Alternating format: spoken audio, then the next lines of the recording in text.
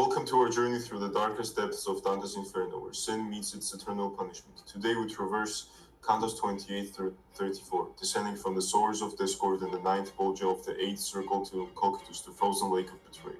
Each canto offers vivid depictions of eternal punishments designed to reflect the sins committed during life, from the mutilation of those who caused division to the chilling silence of traitors encased in ice. Dante crafts a masterful representation of divine justice. Let us begin in the ninth Bolgia, where the sowers of discord are punished for fracturing the unity of humanity. In Canto 28, Dante and Virgil enter a realm of relentless violence and grotesque imagery. This is the ninth Bolgia, reserved for the sowers of discord, those who cause division in religion, politics, and families. Here, sinners are gruesomely punished by a demon who slashes their bodies with a bloody sword. Each time their wounds heal, the demon cuts them open again, forcing them to endure endless suffering. The carnage around Dante shocks him as he sees a man split in half, his internal organs exposed. Another approach with his throat slashed, delivering a grim of prophecy to warn Dante's friends of impending treachery. Among the sinners is Bertrand the Born, carrying his severed head like a lantern, a punishment for sowing discord between King Henry II and his son. Dante's use of mutilation reflects the fractures these sinners inflicted on human relationships, portraying their eternal torment as a fitting contrabasso. Religious, political, and personal divisions are all condemned here, with figures like Muhammad and Ali. This canto reveals the destructive nature of division and the eternal consequences of breaking unity. Dante's choice of figures here is deliberate and provocative. Muhammad and Ali are depicted not only as founders of Islam, but as symbols of religious division. Bertrand the Born, who incited rebellion between King Henry II and his son, is an emblem of political discord. By placing these individuals in hell, Dante critiques the destruction caused by ideological and personal conflicts. The repeated healing and rewounding of their bodies reflect the perpetual and inescapable consequences of their actions, underscoring Dante's principle of contrapasso. As Dante and Virgil descend to the 10th and final Bolgia of the 8th circle, the air becomes thick with the stench of decay. Here, falsifiers, those who corrupted society through lies, deceit, and false promises, suffer grotesque afflictions. Their bodies are covered in festering scabs resembling fish scales, and they writhe on the ground, clawing at their diseased flesh in a futile attempt to find relief.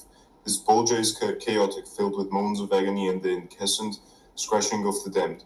Dante meets alchemists like Grifolino, di Arezzo, and Capoccio, who falsely claim to transform base metals into gold. Their deceit and greed mirror the spiritual corruption that led them to exploit the trust of others. By depicting their torment as a form of physical decay, Dante emphasizes the moral rot they brought into the world. This canto critiques the greed and hubris that drive humanity to seek shortcuts to wealth and power, illustrating how such actions undermine the foundation of trust within society. Falsifiers' punishment reflects the moral decay caused by their lies. Figures like Grifolino, d'Arezzo, and Capoccio embody greed and the exploitation of trust. Their scab-covered bodies symbolize their spiritual rot, a stark reminder of how deceit undermines the foundations of society. Dante uses this canto to critique humanity's obsession with material wealth and the dangers of pursuing gain at the expense of truth and integrity. By situating them in the lowest Bolgia of the eighth circle, Dante emphasizes the gravity of their sins as fundamental betrayals of communal trust. In Canto 30, the punishment of falsifiers intensifies. Here Dante encounters counterfeiters, impersonators, and other deceivers who push society into chaos through fraudulent lies. Their suffering is physical and psychological. They are consumed by madness, clawing and biting one another in a hellscape of violence and despair. This scene is particularly visceral, capturing the self-destructive consequences of their actions. Among the damned are Mira, who disguised herself to commit incest, and Gianni Schicchi, who forged wills to steal inheritances. Their torment reflects the disruption they cause to familial and social bonds. Master Adam, who counterfeited coins, suffers unending thirst, a punishment that mirrors the insatiable greed that defined his life. The imagery in this canto is stark, with sinners reduced to animalistic behavior, a metaphor for the way deceit dehumanizes both the deceiver and their victims. Dante uses this canto to explore themes of identity and truth, showing how the violation of these values leads to moral and social disintegration. Key figures such as Mira, who disguised herself to commit incest, and Johnny Sketchy, who forged wealth for personal gain, embodied the perversion of natural and social bonds. Their physical and psychological torment mirrors the breakdown of trust and order they caused. This canto explores the fragility of human relationships and the devastating impact of dishonesty, highlighting Dante's belief in sanctity of truth. The imagery here is particularly striking, a hellscape of biting, scratching, and endless agony that serves as a metaphor for the destructive nature of flood. At the boundary between the eighth and ninth circles, Dante and Virgil encounter towering giants, half buried in the earth. These figures embody unrestrained power and rebellion against divine authority. From a distance, Dante mistakes them for towers, but as he approaches, their immense forms and grotesque features become clear. Nimrod, the builder of the Tower of Babel, symbolizes humanity's hubris and defying God.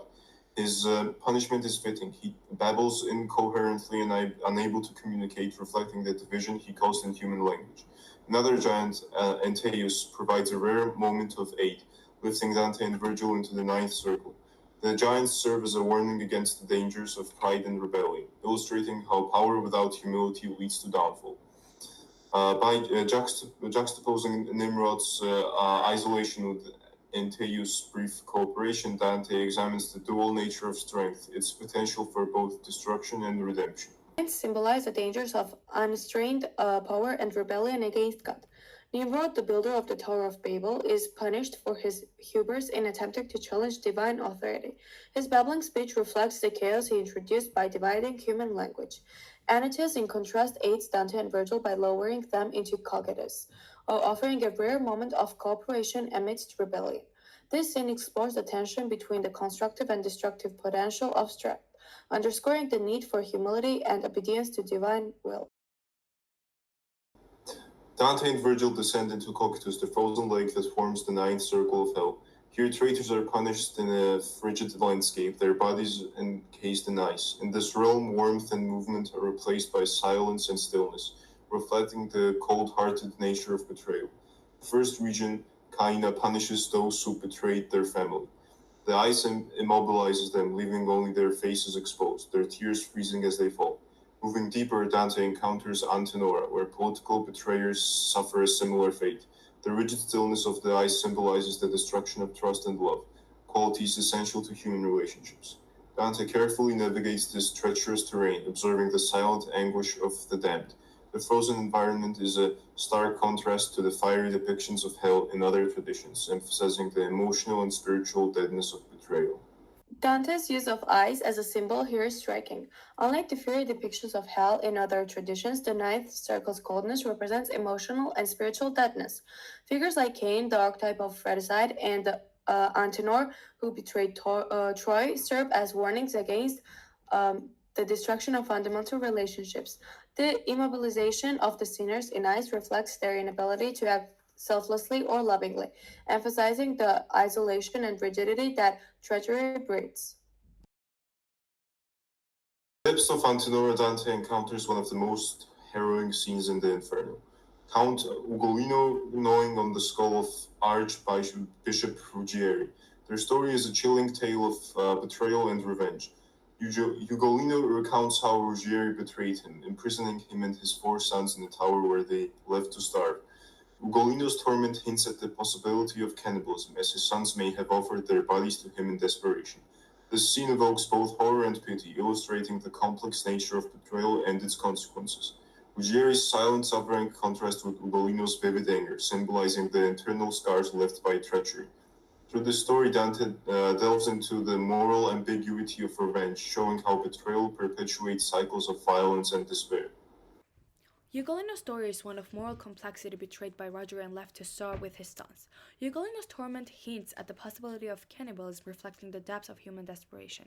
Dante's depiction of Ugolino evokes both horror and pity, illustrating the profound consequences of betrayal. Roger's silent suffering contrasts with Ugolino's vivid anger, symbolizing the internal and external scars left by treachery. This canto highlights Dante's newest understanding of sin, portraying it as both personal and societal in its consequences. Ciao, Count Ugolino. So your suffering in Antenor is infamous. Can you tell us what brought you here? Betrayal. Ruggieri, the man I trusted, turned on me. He locked me and my 4 sons in that cursed tower and left us to starve. Merde. The image of it gnawing on his skull is haunting. What drove you to such fury? Fury? It was despair. I watched my sons waste away. They begged me to eat them when they died. Do you understand the torment of a father faced with such a choice? La fanculo. Your story stirs both pity and horror. Do you regret your revenge? Regret? No, no. Betrayal breeds revenge. Let Ruggieri suffer in silence while my pain echoes through eternity. Your tale is such a chilling reminder of the cost of treachery. Thank you for sharing. Our journey concludes in Judeca, the final region of Cocytus and the deepest part of hell. Here Dante encounters Satan, a grotesque and monumental figure frozen in the ice. His 3 faces, each chewing on a traitor, represent the ultimate perversion of the Holy Trinity. In his central mouth, Judas Iscariot suffers the worst torment of betraying Christ. The other mouths devour Brutus and Cassius, who betrayed Julius Caesar, a symbol of political treachery. Satan's frozen state reflects the absence of divine warmth and love, emphasizing the lifelessness of sin. The cold winds created by his flapping wings ensure the eternal freezing of Cocytus, trapping all who have severed their bonds with God and humanity. By ending his journey here, Dante forces readers to confront the profound consequences of betrayal, offering a stark reminder of the cost of breaking trust and loyalty. I was once the brightest of angels, the morning star, but I betrayed God, and now I'm here in this abyss, in Cocytus, and I have no wings anymore, and it's very cold here, and I hate that because I betrayed God. And I also want to say some things about other traitors, like Judas and Brutus and Cassius. All are here with me, and Judas' head is crushed in eternity, and Cassius and Brutus are on his left and right sides. I don't know what they are doing there, but it's also a disastrous fate what they are facing in hell. And now I'm a prisoner and a king simultaneously, which is a nonsense situation. And what can I do? I just am here, and this is my punishment. Satan's frozen state symbolizes the absence of divine light and warmth.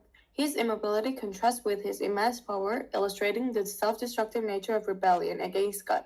Judas, who betrayed Christ, suffers the most, his head crushed in the central mouth. Brutus and Cassius, who betrayed Julius Caesar, represent political treachery. Dante's Satan is a masterpiece of symbolism, embodying the lifelessness of ultimate sin and the isolation it brings. By ending his journey in Judica, Dante offers a stark reminder of the consequences of severing one's ties to divine love and human loyalty. From the mutilation of the sowers of discord to the frozen stillness of Cocytus, Dante's Inferno is a profound exploration of sin, justice, and redemption. Each canto forces us to confront the moral consequences of our actions and reflect on the eternal nature of divine justice. Thank you for joining us on this journey through the depths of hell. Until next time, tread carefully and remember the choices we make define the eternity we face.